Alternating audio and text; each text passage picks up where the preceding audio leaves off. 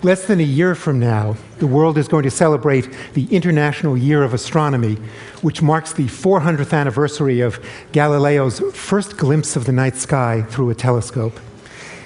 In a few months, the world is also going to celebrate the launch of a new invention from Microsoft Research, which I think is going to have as profound an impact on the way we view the universe as Galileo did 4 centuries ago.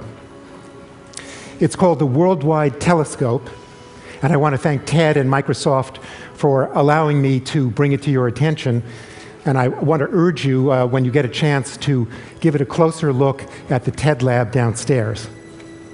The Worldwide Telescope takes the best images from the world's greatest telescopes on Earth and in space and has woven them seamlessly to produce a holistic view of the universe.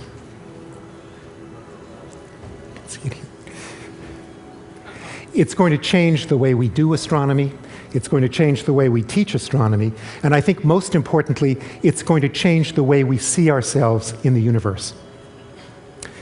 If we were having this TED meeting in our grandparents' day, that might not be so big a claim. In 1920, for example, you weren't allowed to drink. If you were a woman, you weren't allowed to vote. And if you looked up at the stars in the Milky Way on a summer night, what you saw was thought to be the entire universe. In fact, the head of Harvard's observatory back then gave a great debate in which he argued that the Milky Way galaxy was the entire universe. Harvard was wrong big time. Of course, we know today that galaxies extend far beyond our own galaxy. We can see all the way out to the edge of the observable universe, all the way back in time, almost to the moment of the Big Bang itself. We can see across the entire spectrum of light, revealing worlds that had previously been invisible. We see these magnificent star nurseries where nature has somehow arranged for just the right numbers and just the right sizes of stars to be born for life to arise. We see alien worlds, we see alien solar systems, 300 now and still counting, and they're not like us. We see black holes at the heart of our galaxy in the Milky Way and elsewhere in the universe where time itself seems to stand still.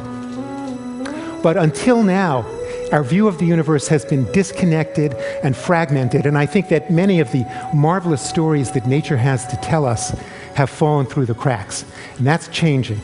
I want to just briefly mention 3 reasons why my colleagues and I in astronomy and in education are so excited about the Worldwide Telescope and why we think it's truly transformative. First, it enables you to experience the universe.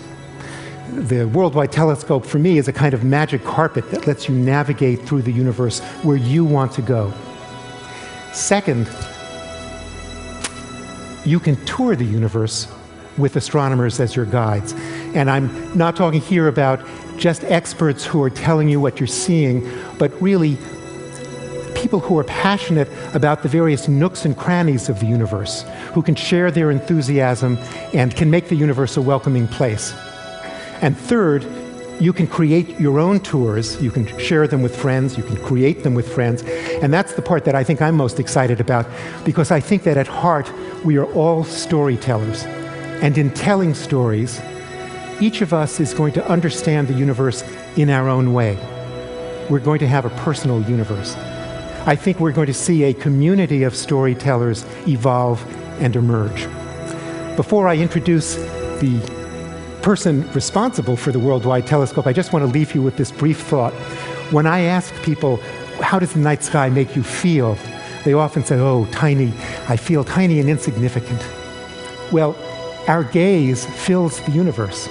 And thanks to the creators of the Worldwide Telescope, we can now start to have a dialogue with the universe.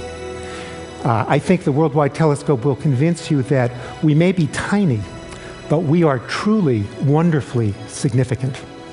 Thank you. And I can't tell you what a privilege it is to introduce Kёrtisa Вонga from Microsoft. Thank you, Roy.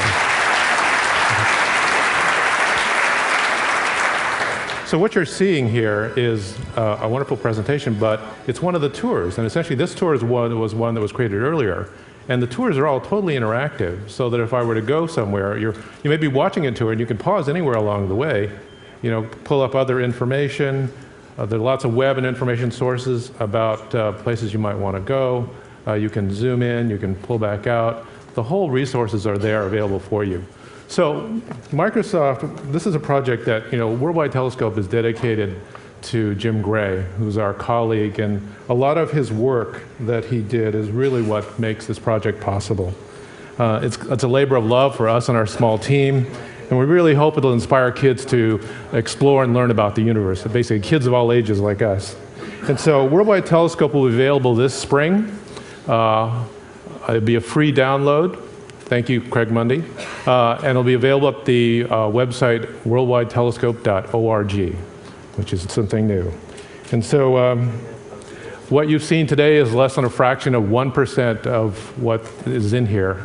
And in the TED Lab, we have a tour that was created by a 6-year-old named Benjamin that will knock your socks off. So we'll see you there. Thank you.